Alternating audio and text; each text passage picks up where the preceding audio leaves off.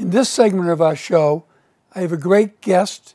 I have Michelle Koppang, a realtor with RE/MAX Real Estate.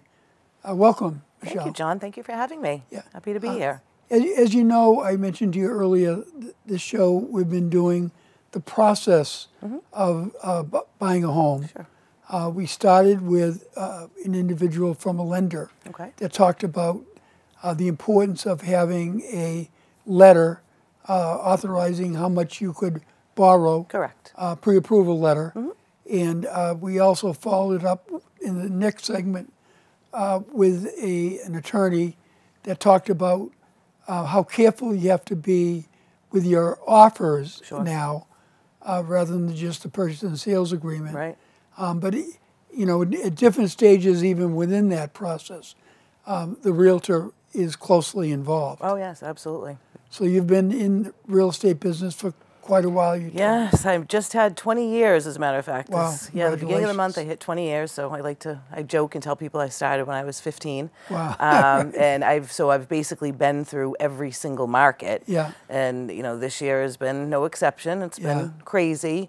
But yes, those are very, very important pieces of the puzzle. Obviously, you know, starting with the pre-approval and certainly definitely having attorneys involved to look at, you know, now, frankly, even the offers, and not just the P&S like your attorney had suggested. Yeah, a lot of people don't realize that these cycles in real estate happen, you know, every 5 or 10 years. Exactly, exactly. You know, and as an attorney, I went through them. Right. Even as registered deeds, I've gone through them, and certainly we're in one of those very interesting processes now. Exactly. When the Federal Reserve is really trying to slow everything down. Right. Because of the inflation rates. Right, and I still think though that home ownership is still, for young people, it is still, you know, the American dream. And you try to explain to people that yes, the interest rates are coming up, but then you have the home prices coming down, so they can kind of, you know, even each other out. And you know, the hardest part I find, specifically if we're going to talk about the first-time home buyers, the hardest part is that they're trying to save. Rent is so expensive, and they're trying to save for that down payment. And that's the problem, is the cost of living and everything going up. They can't seem to, you know, to manage to get that down payment. But they still realize that renting, you're paying somebody else's mortgage. You're helping somebody else gain equity on their property, when in the end, you really want to be in your own home so that you can, you know, reap the benefits of that equity. So it's important to definitely, when you're, you know, looking at the process, to starting the process, absolutely sit down with a lender. You know, you may find out, oh, I can get pre-approved for X amount, but the most important thing is once you find out what's that monthly payment, what's that going to be once you figure in insurance and taxes, because people like to budget how much they want to spend on their monthly, you know, housing needs. So typically, when is your first contact with one of your clients? I often do get called before they even talk to a lender. They usually do, you know, they want to come to us and find out the process. And I work closely with, you know, several lenders, and so kind of get that conversation. So I do a buyer's consultation. I tell them to come in, you know, if they want to just do it online, on Zoom, a phone call, whatever their level of comfort is. I find it nice to actually sit with somebody and chat with them, and you kind of have them fill out something that, you know, what they're looking for. They, you know, what are their must-haves? What are their, you know, I'd like this in a property, but I can, you know, it's not a absolute requirement. I can do without it. What are their long-term goals? Do they plan on staying in this house? You know, it used to be that, you know, first-time home buyers would stay in their house an average of 5 to 7 years. So now you have to set expectations with what's been going on in the market the past couple of years. You want to find out, okay, well, you know, if your plan, you know, oh, you want to move, you know, you're going to be, a job could potentially relocate you, or you may want to move to a warmer climate, or whatever the case may be closer to family. You now kind of have to look, if you're buying now, as maybe a 10-year plan as opposed to a 5-year plan. So it's about those expectations and kind of, you know, and you want it to be a good fit. You want that person to be comfortable working with you. You want to, you know, develop a relationship of trust with them. So what are the first, at your first meeting, what are the documents that you ask them to get together? basically, I have, ahead of the meeting, I do have them fill out online what towns they want to be in, what they think their price range is, because if they have talked to a lender, great, they already have the pre-approval and they know, what their price range is, but people are educated, consumers are educated. They're going online and they're playing around with the, mortgage calculators they have online and assuming my interest rate is this and I put this amount down. So the questions that I'm going to ask them are, what towns do you want to be in? What, number of bedrooms? Do you have to have 4 bedrooms? Could it be 3 bedrooms and there's a den or there's a finished basement that could give you some extra room? Location. Do you absolutely not want to be, not want to be in a main road, even if the house is set back? I want to be in a cul-de-sac. You find out what their absolute must-haves are, and again, set the expectations. It, is a little work, in a property, is that okay? And some people may say, well, yeah, I'm not afraid to do some painting or some new flooring, but I don't want to have to put on a roof, and I don't want to.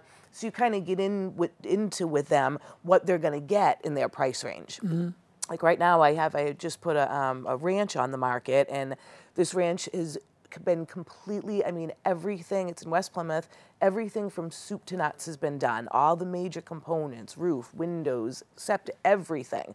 But it's on the smaller side, inside completely renovated. It's on the smaller side. And so one of the feedbacks I got was that they thought the bedrooms were just a little bit too small. And, the agent said to me, he said, I tried to explain to the buyer that, this is what you're going to get. In this price range, you're going to get something that's, maybe a little bit smaller, but everything move-in, turnkey, completely ready to go. Or you may get something a little bit bigger that needs, a lot more work. So it's just educating them. So one thing you did mention is people are coming to you a lot more educated than they did years ago. Oh, sure. Because of there's so much information at their fingertips on the internet. Yep. But I always, the internet, there's always, well, my, mother's cousin's brother said, and well, what does your mother's cousin's brother do? And, they work at, Eastern Bank. And I said, well, that's great. So, but they're no experience in real estate, right? They're not realtors. And so I kind of try to, everybody has an opinion. So it's very important that you kind of, and absolutely listen to people. Your father's going to have advice. Definitely take it all in, but you really need to talk to a professional, a local, all real estate is local. So even you see stuff on the, 6:30 World News, or you see it on Twitter, or wherever you happen to get your news from, all real estate is local. So what's happening in other parts of the country may not be happening here. How many times are people visiting a property before they get into an offer these days? Oh, these days. These days. Well, these days are different than, it's still, it's typically, now they may be able to get in twice. You may be able to get in and say. How many different properties do they look at before they? Inventory so low, Right. so there's almost still a sense of, if properties are priced right now, we're still having bidding wars. They're still going quick. The upside for a buyer now, though, is that we're not seeing that over, list price crazy. That's not happening right now. And more importantly, buyers are able to do their inspections. We're not seeing, waived home inspections, and we were seeing just some of the stuff was crazy. So Absolutely. to answer your question, now, you may be able to get in for a second showing if you do it within, a week. So it's definitely changed, which is great. How many properties do they look at before they come to a conclusion of something they want? It depends. It's not even so much that one they want, it's one can they get. Are they going to lose out? So, some buyers, so some buyers are looking for, I've been working with some buyers for 6, 8, 9 months because they just lose, they lose out. So it's not a matter of, if it's the right house for them, there's just nothing on the market. So it's a matter of if they can win in that bidding war. I've heard people are warned, don't get disappointed because it may take more than one opportunity. It's true. Before there's a fit. Right, it's true. So then you just say, it's an old adage, but if it's not meant to be, if it's meant to be, it will be. If it's not, and I have noticed that in the past, couple of years with my own clients who may have lost, properties in bidding wars, and we find them something, and they say, "Oh, Michelle, we're so glad we didn't get that house over on ABC Street. We're so happy." So there are some good stories that have come out of this craziness. That's great. Yeah. So once you've had someone find a place that they're ready to spend part of their life there, right. What happens next on your end? So we write up an offer where I usually call the other broker and just say, do you have any other offers? Are you going to be giving a best and final date, to kind of get a feel of if there are competing offers? And you can usually tell that. What we're seeing right now is if you see properties on the market for, 2 weeks, 3 weeks, a month, and then you see a price change, then, like I had one this weekend, it was on the market for 30 days, they did a price change, went to the open house, and the open house was, it was packed. There had to have been 25 people there, and I said, because now that they got it to the price where it should be, it's going to go under agreement. So I like to just kind of get a feel from the broker if they have any offers. And it's nice because then you can actually, if there aren't, it's nice because you can actually sit with the buyers. I can have an educated discussion. I can pull comparables for them so they, feel that they're getting it for a good price, and at the same time it's a good enough offer that the seller is going to be happy with it. We talk about, now you don't have to waive your home inspection, and so we get that paperwork all set prior to presenting to them. So do they traditionally have an attorney with as part of their team at that point? Because I am told that you really have to be careful even in what you offer these days. Correct. Yes. Because it's being treated more like a contract, like the purchase and sales used to be. Right.